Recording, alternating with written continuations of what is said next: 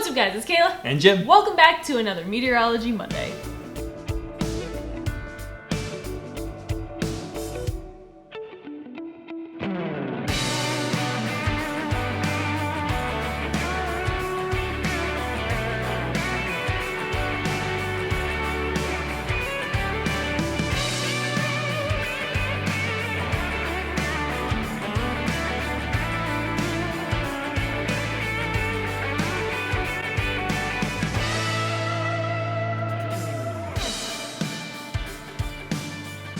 What are we talking about today?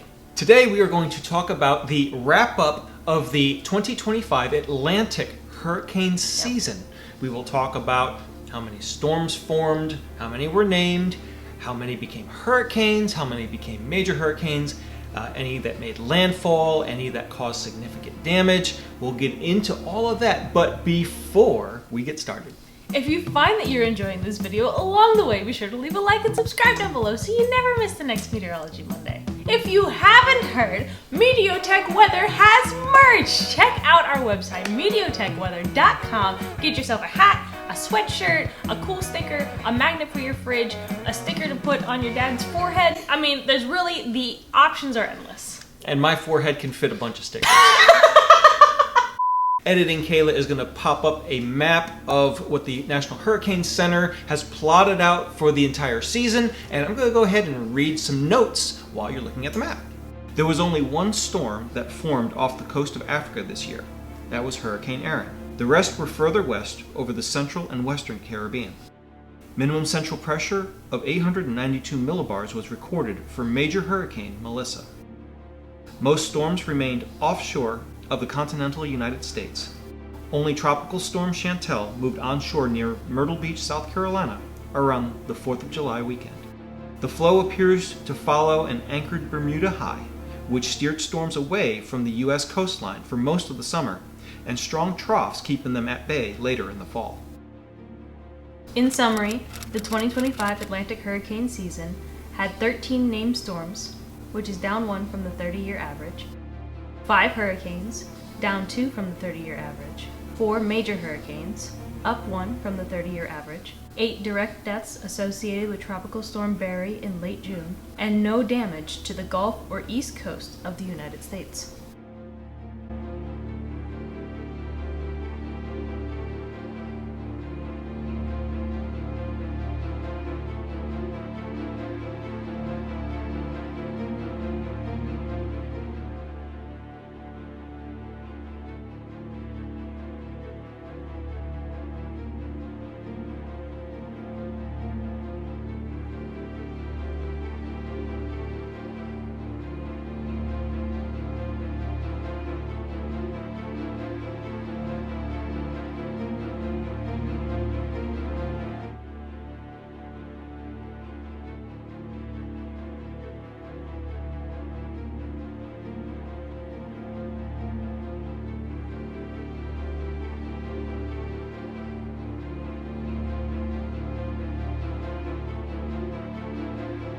We talked about the 30-year climatological period, and that was from 1990 to 2020, and that's where they add up all the named storms, divide by the number of years, and then you get your average. So we're comparing an average to those kind of statistics. Yeah.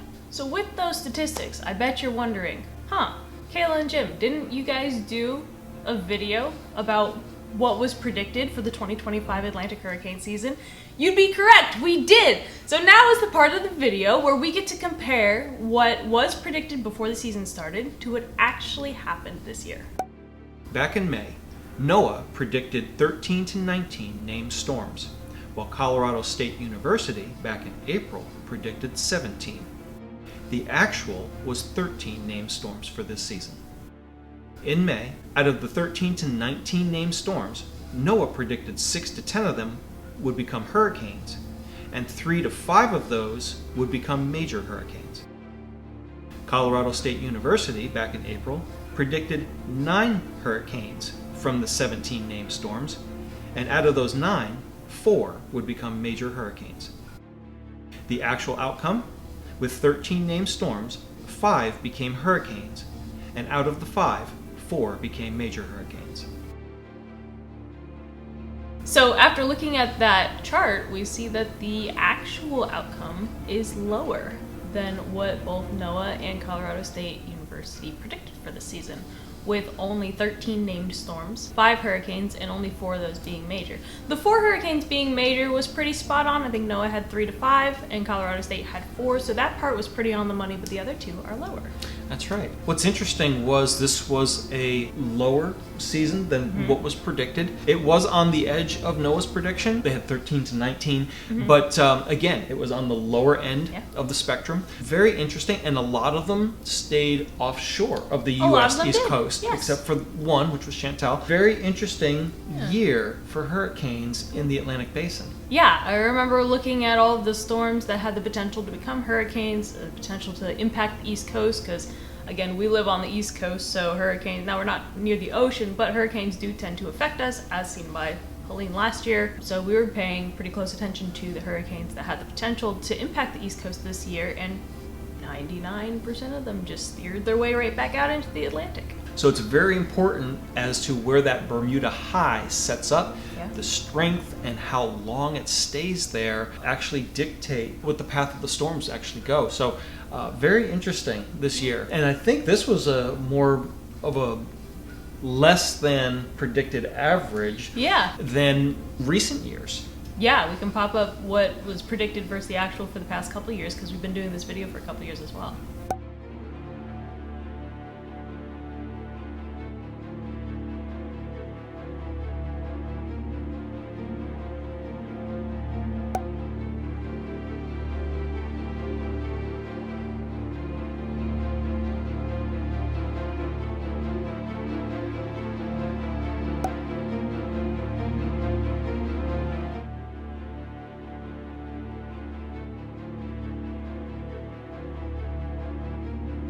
So there you have it, the 2025 Atlantic Hurricane Season Wrap-Up. Again, if you like what you saw, be sure to leave a like, subscribe down below so you never miss the next Meteorology Monday. Follow us over on Facebook and Instagram, popping up here. If you haven't seen, we've been posting a couple things over there on Instagram lately. If you're already following us over there, you saw us make weather-shaped Christmas cookies, which went about as well as you can imagine. The ones who have been here for ages know that we did this a couple years ago too. It went about as well as you can imagine. It was just a minor disaster after I was done. It got cleaned up. It's all good. It's all Kitchen good. is back to normal. That's right. Everything's fine. Again, get yourself some merch. Get yourself a nice sweatshirt. Get yourself a hat. Buy some presents for that weather-loving friend in your life. And until next time, I'm Kayla. And I'm Jim. Thanks for watching. And we'll see you at the next Meteorology Monday.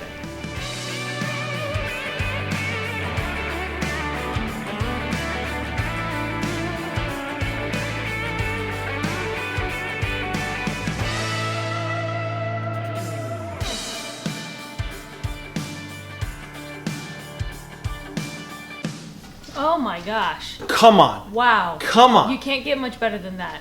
Jim Cantori, give me your number. We're going out. We're going to have some steak. We're going to have some steak, and we're going to look at some thunder snow. Call me.